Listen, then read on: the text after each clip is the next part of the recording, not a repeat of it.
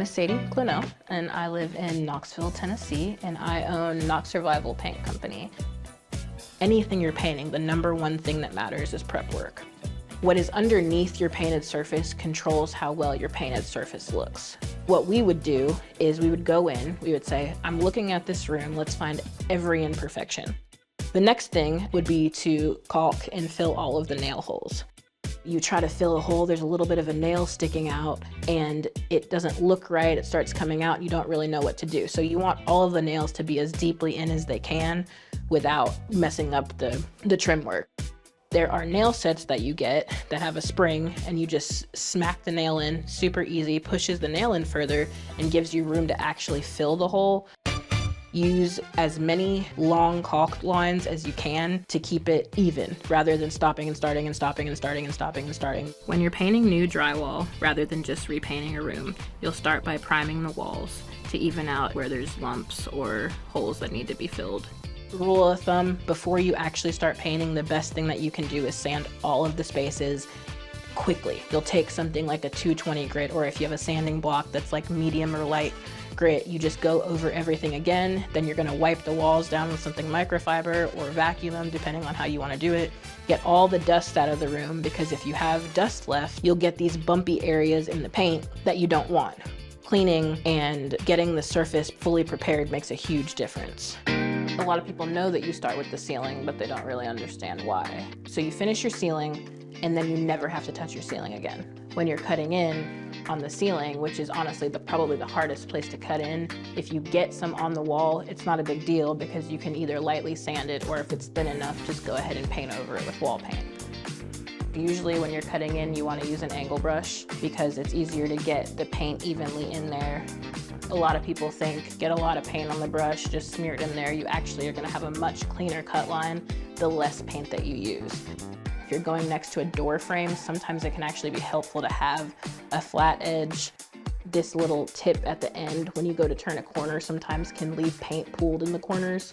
And so if you're using a flat brush, when you go to the corner, it stops, and then you can just turn it and it's not pushing up into the corner and leaving the same kind of bunched in the edge. But it's also a preference thing, and you'll get used to what's comfortable. I prefer smaller brushes because my hands are smaller, but even some of my painters who have small hands prefer a bigger brush because it's weighted and it helps them keep the paint evenly.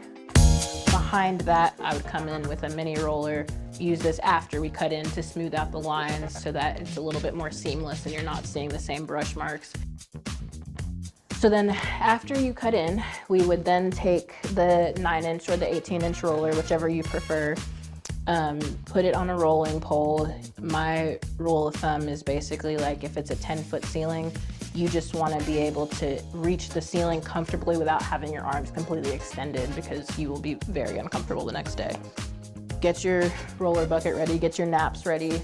Most of the time we will use a 3/4 inch nap. I prefer the 18-inch nap rather than a 9 or even a 14. As long as your room is big enough, it covers more space and you can get it done a little bit quicker.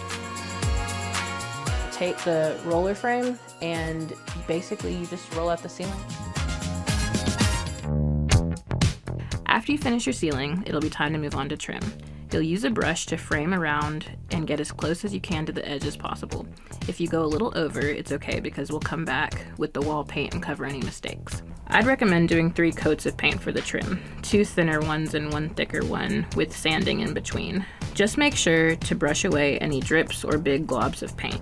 Once your trim is dry, you'll use painter's tape and masking paper to protect from any drips. Then we'll follow the same steps that we used on the ceilings. You'll start with a medium brush to cut in around the doors in the trim. You can use an angle brush or a flat brush, whatever your preference is. I tend to use an angle brush because it's able to smooth out the corners a little bit better. After you brush it out, you'll want to use a mini roller to blend the cut lines into the wall, and use the same 18-inch roller to come and roll all of the walls. You'll want to let it dry 2 to 4 hours, then repeat with additional coats until you have full coverage. We usually do 2 coats, but if there's a drastic color change like light to dark or dark to really light, you'll probably want to have a 3rd coat.